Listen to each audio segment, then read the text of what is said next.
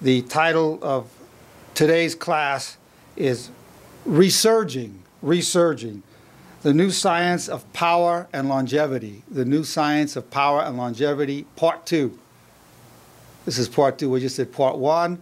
I had a little bit of power coffee. Dr. was power sugar and some coffee with a little soy creamer in that. Rested for about a minute sitting down, closed my eyes. A little deep breathing and resurging my energy. I was kind of waning there, and that was just a few minutes ago, so I have a little more energy to continue to serve you and give you this information and knowledge based on 71 years of life, and I'm studying this intensely for many years. Now, we're going to talk about the longevity part of this. We know for a fact that calorie restrictions, by a drastic reduction of calories, your life can be extended. Calorie restriction, CR it's called. If you restrict your calories, you will live longer and you'll have a healthier life. But then there are what are called CR mimetics. Food supplements you could take that imitate what happens with calorie restriction. Food supplements that have been found to have the same effect of activating longevity genes. There are genes that, we have gene expression, you have genes that can limit your life, but it's not a matter of just your genetic background, it's really a matter of your genetic expression. You can have genes that if they're not expressed, they're not going to harm you. You can have genes that you want to turn them on to start working. So if you restrict your calories, particularly as you're getting older, 50, 60, 70, whatever, 80, 90, 100, you can restrict your calories. That'll turn on the longevity genes. And what we found is that the tail end of the chromosomes are called telomeres.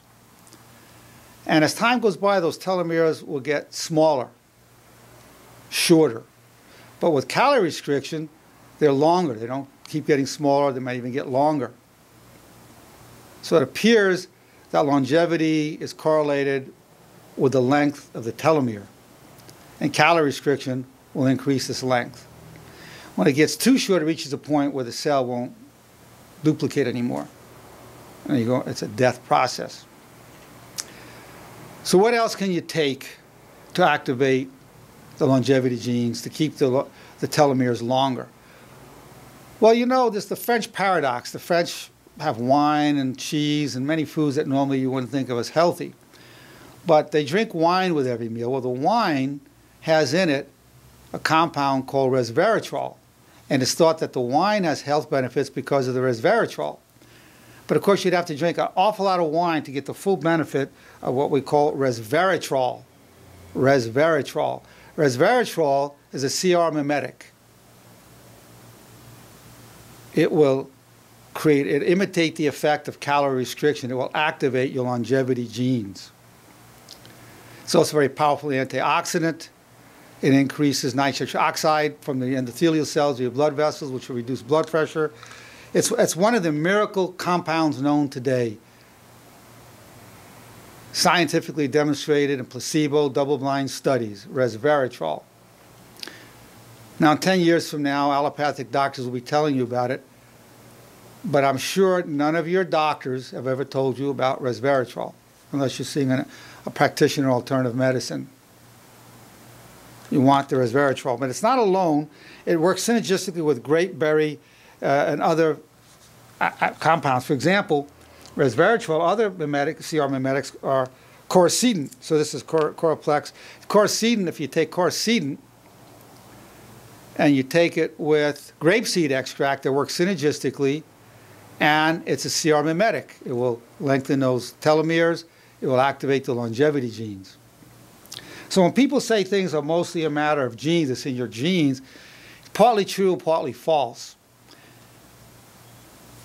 It's false in the sense that you have a genetic limitation, but if it's not activated, it's not going to be a problem. But if you're activating it through poor eating habits, so your system gets out of equilibrium, out of balance, and those genes are activated, then there'll be a gene expression that could be very harmful to you in terms of cancer, cardiovascular disease, diabetes, and so forth.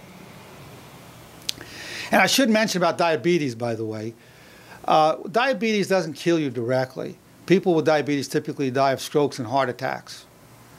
And some of the other bad symptoms that people have are blindness, and they need amputations of toes and feet and whatnot, legs.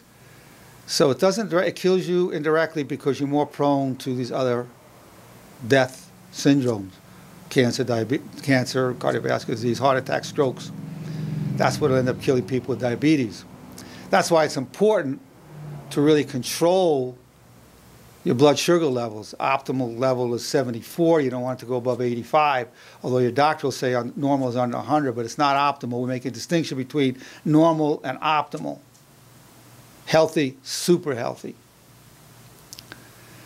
You want to reduce your blood sugar, you certainly don't want to be having 6-carbon sugars.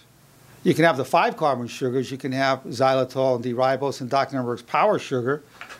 We're having that won't raise your blood sugar. You won't get a glucose spike. You won't get an insulin spike. As a matter of fact, your blood sugar will go down even a little bit.